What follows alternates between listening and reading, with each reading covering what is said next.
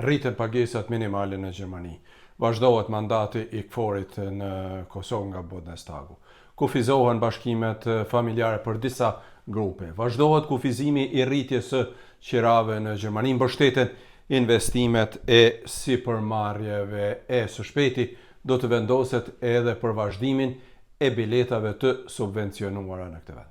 Megjithatë, këto janë vetëm disa nga vendimet e shumta që janë marrë këto ditë e të cilat kanë mbetur në fakt nën hijen e luftës së Izraelit dhe Iranit, nën hijen e bombardimeve të Amerikës në Iran, nën hijen e katastrofës humanitare në Gazë që po ndodh çdo ditë, si dhe nën hijen e luftës në Ukrainë, pra vërtet ka shumë ngjarje ndërkombëtare. Ndaj, në vazhdim do t'ju njoftoj shkurtimisht me disa prej këtyre vendimeve vërtet shumë të rëndësishme për të gjithë ata që jetojnë në Gjermani. E ju, nëse keni nevojë, nëse keni ndonjë pyetje, nëse keni nevojë për shpjegime, më shkruani pra këtu në video dhe mund të shpjegojmë së bashku. Në Gjermani është vendosur pra që të rriten pagesat minimale për një orë pune në 2 vitet e ardhshme. Në vitin 2026, pagesa minimale do të jetë të paktën 13,60 € për një orë punë, ndërsa në vitin 2027 do të rritet edhe për 70 cent, që do të thotë se pagesa minimale do të jetë 14,60 €. Pagesa minimale aktualisht është 12,82 € për këtë e.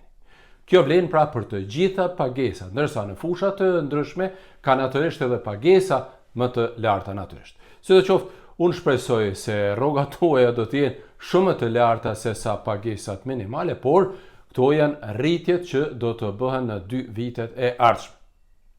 Bundestagu Gjerman ka vazhduar këto ditë edhe misionin e KFOR-it në Kosovë edhe për një vit.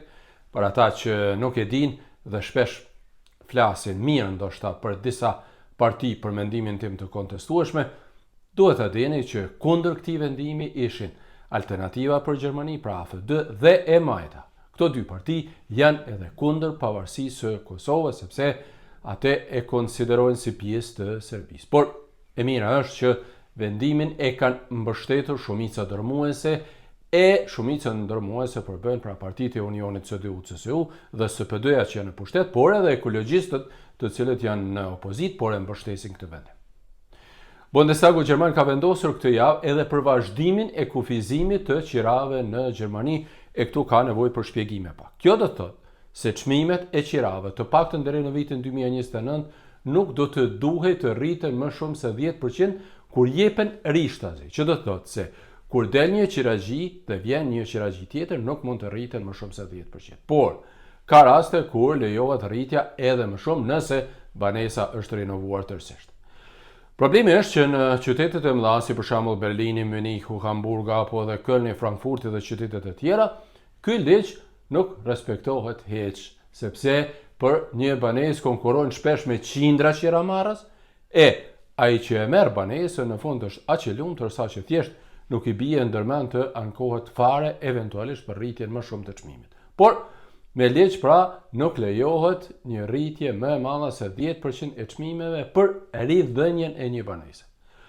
Bundestagu Gjerman ka miratuar këto ditë edhe paketin e masave për stimulimin e ekonomisë. Kjo paket parashikon lehtësime të konsiderueshme tatimore për kompanitë që në Gjermani duan të investojnë, pra është fjala për investime të reja. Kjo do të thotë se sipërmarrjet që investojnë dhe blejnë makina të reja, pajisje të reja, apo për edhe makina të reja elektrike për kompanitë e veta, do të kenë edhe lehtësime të konsiderueshme tatimore.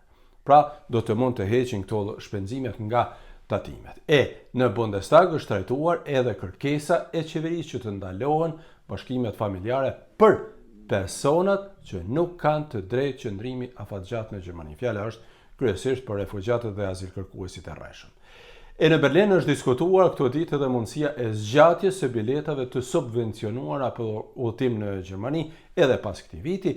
Shumë prej këtyre vendimeve që përmenda miq të dashur e vërtet janë shumë duhet të miratohen edhe në Bundesrat. Në ditën e vijim unë do të shpjegoj këto gjëra një nga një, ndaj mos harroni pra të abonoheni në kanalet e mia dhe ta shpërndani edhe këtë video sepse mua më duket me interes Të paktën ka vërtet shumë vendime që e prekin pothuajse secilin prej nesh që jeton në Gjermani, por siç e përmenda është vazhduar edhe misioni i KFOR-it, pra ka lidhje me shumë gjëra të ndryshme. Faleminderit dhe mirupafshim së shpejti me informacione të detajuara.